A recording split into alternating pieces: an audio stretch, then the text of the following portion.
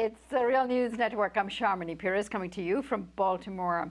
The new administration in Washington is lunching on Capitol Hill with both sides of the House present.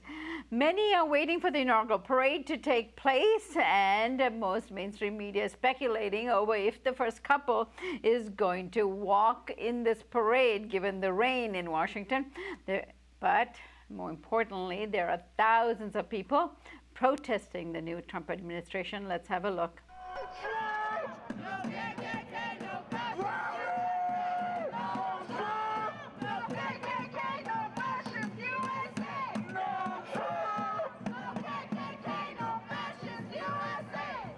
Joining me now to take a look at the inaugural address is Reese Erlich. Reese is joining us from Oakland, California. Reese is an award-winning foreign correspondent and author of the book Inside Syria, the backstory of their civil war and what the world can expect. Reese, good to have you with us. Thank you so much. So, Reese, there were many things I'm sure you could comment on in terms of the inaugural address of the new 45th President of the United States, Donald Trump. But what stood out to you the most? Well, the speech was full of bombastic rhetoric in support of workers and how he's going to take back Washington for the people. And it really was phony. Anybody who knows anything about what Trump actually stands for, incredibly phony presentation. I mean, he's going to take back Washington by filling his leadership cabinet with multi-billionaires and military hawks. I mean, give me a break. Frankly, I think his supporters may be enthused by it, but certainly a significant portion of the American people and people around the world are not. Right, Reese, there was one specific part in the speech about ISIS. Let's have a look. We do not seek to impose our way of life on anyone, but rather to let it shine as an example. We will shine for everyone to follow. We will reinforce old alliances and form new ones and unite the civilized world against radical Islamic terrorism, which we will eradicate completely from the face of the earth. Right, Reese, this is your particular and specific expertise. How is he going to do that? Well, the first thing that was striking is that he says we don't seek to impose our way of life on other people. Well, that would come as a big surprise to the people of Afghanistan, Iraq, and Syria, among other places around the world, where in 2003, when the U.S. invaded and occupied Iraq, it was explicitly, at the time, said by the Bush administration that we were going to reshape Iraq into being a pro-U.S. ally. We were going to set up their stock exchange. We were going to eradicate the Ba'athist Party and the old army. I mean, if that's not imposing your will on another country, I don't know what is. And we know the disastrous results, and the U.S. ended up losing the war because of that. As for the cries for stomping out Islamic State and Islamic extremism permanently, I mean, again, that's empty rhetoric. There is a very important fight going on against the Islamic State and other groups that distort Islam for their own dictatorial reasons. But the idea that this is going to be a war that is won presumably quickly and it's going to be eradicated in all its forms is simply a myth. This political trend exists in the Middle East, and even if Islamic State is defeated in Mosul, Iraq, and Raqqa, Syria, for example, it will still continue as an ideology, and in part as a result of U.S. policies in the region. And if you're going to get rid of it, you have to have a fundamental change in U.S. foreign policy in the region. And of course, I see no chances of Trump doing anything like that. So any of serious policymakers and experts in the area gather that Trump actually doesn't know a lot about what's going on in the region, but the people that he's assembling around him, like Tillerson and the other military leaders that he's assembling around him, does have a preconceived notion as to how they're going to address this issue. At least we heard from some of them during the hearings this week. What do you make of some of the team he's assembling, and what do you anticipate will be the reaction of the Trump administration, because they seem to be really gung-ho and ready to go? Yeah, it's full of hawks. Trump tried, both in his inaugural speech and in his campaign, to strike this kind of populist, neo-isolationist view. You know, we're not going to get involved in these wars like Obama had, or even Bush had. But by his pick of cabinet members, it's an all-hawk, all anti-Iran cabinet. All of them, to one degree or another, see Iran as the major evil country of the Middle East, and they want to undo the nuclear accord. They want to punish Iran for its involvement in support of Hezbollah and Assad in Syria. So I think all of that's going to point to an escalation of sending more troops, arming more rebels, perhaps setting up no-fly zones, and a serious escalation in the war in Syria, which is going to have disastrous effects. It's not going to win the war sooner. It's simply going to suck the U.S. into a worse situation and cause more civilian deaths. Right. We know at least the Secretary of State, Tillerson, does not have very much of a foreign policy background. I mean, he was an Exxon executive, but who are the others around him that you think actually knows what's going on in the region, like General Kelly and others, that might be advising him?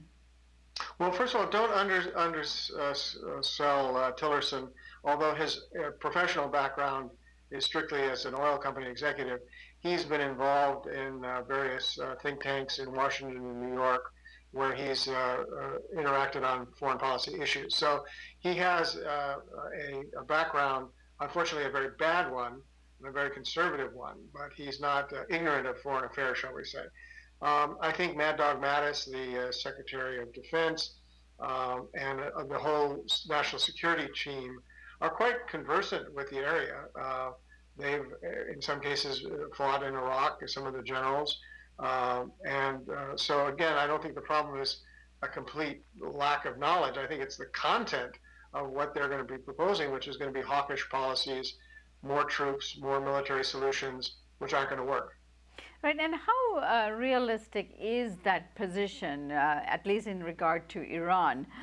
Yes, of course, this group of people that's going to be leading the administration would really like to target Iran for many reasons, particularly given their main ally in the region being Israel.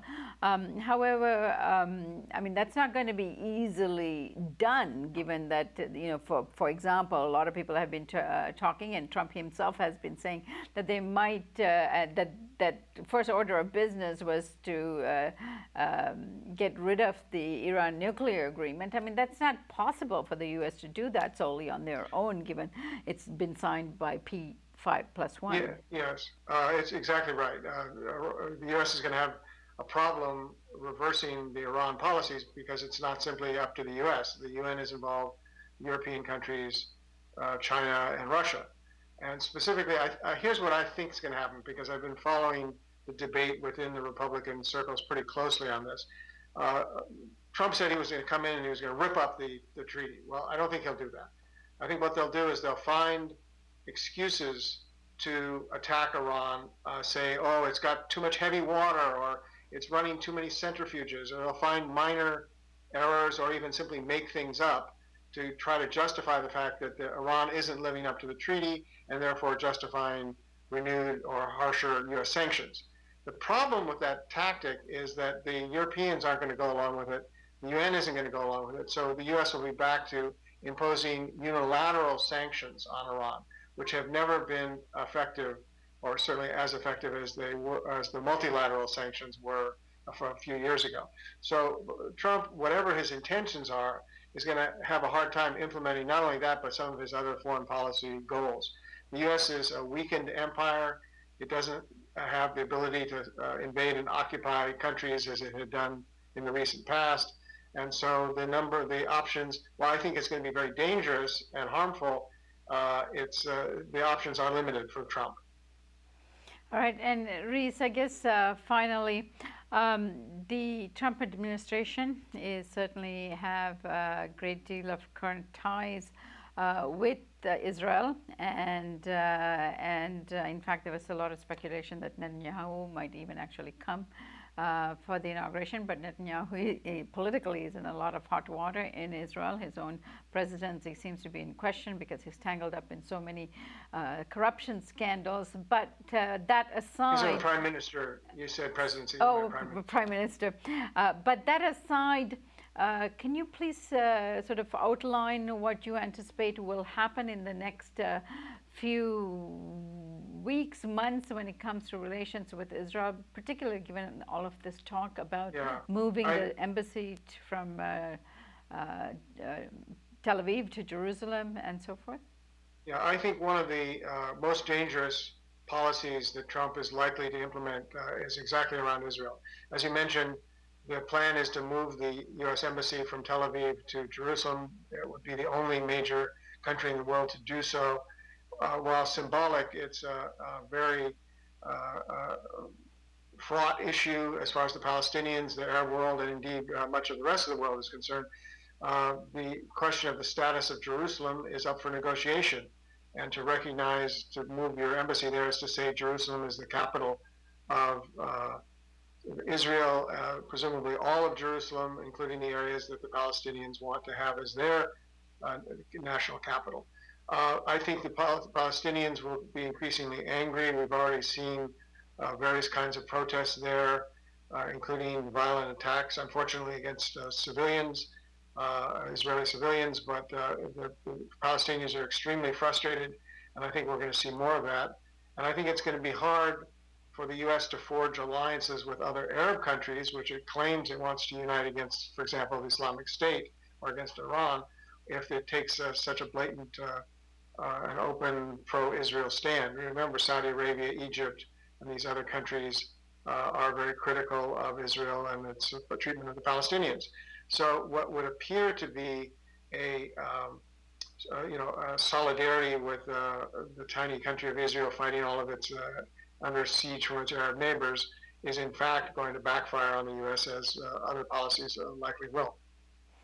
All right, Reese, I thank you so much for joining us today. There's a lot more to talk about, but I'm sure you'll be keeping a close eye on what's going on, and we look forward to having you back.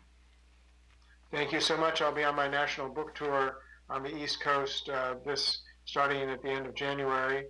Folks can check it out at www.reaseerlich.com. Right, and that book is Inside Syria, the backstory of the civil war and what the world can expect. All the best with the book tour. Thanks, Reese. Thank you. And thank you for joining us on the Real News Network.